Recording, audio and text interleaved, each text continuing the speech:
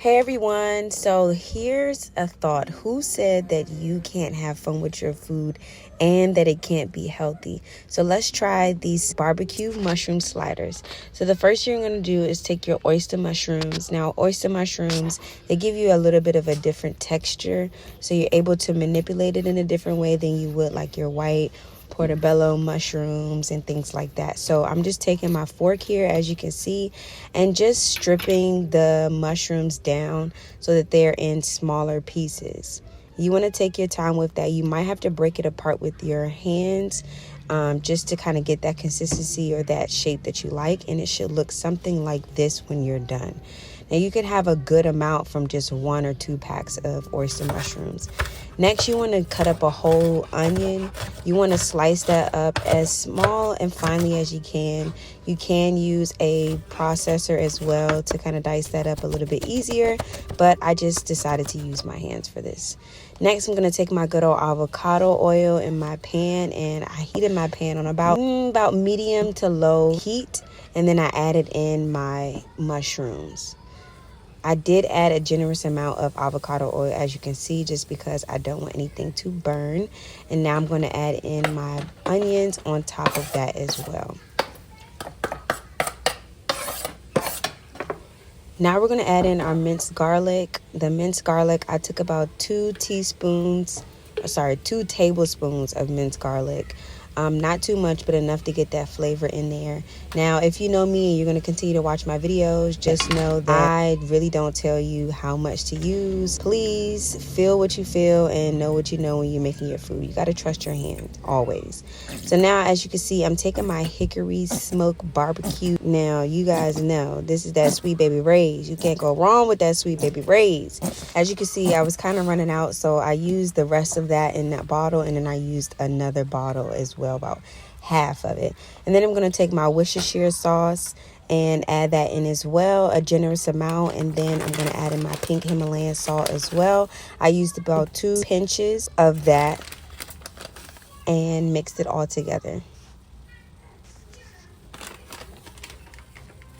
Next up, I'm going to have my black pepper, and you're going to make sure you get that well seasoned around all of your food, and then you're going to mix that together, making sure that everything is nicely coated. It should start to smell good by this point.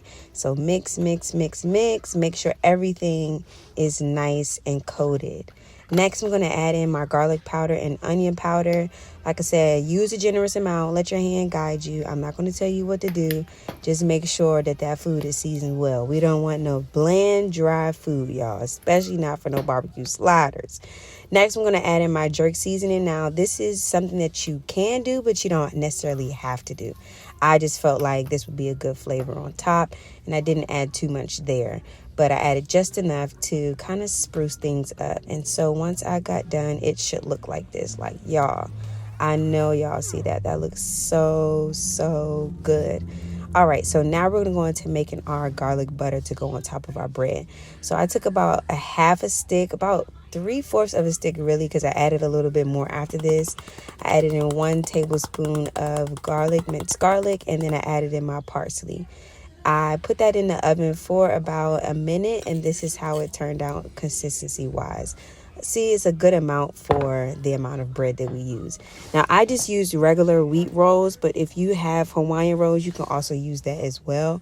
And now it's just time to make our sandwiches. So you're going to use a generous amount of the mushrooms and put that on your sandwiches. Now, you don't have to get real neat with this. You could just, y'all, put it on there, put a good amount on there, and it should look like this. Like, I'm telling you, as I was making this food, I was like, I'm just ready to eat at this point.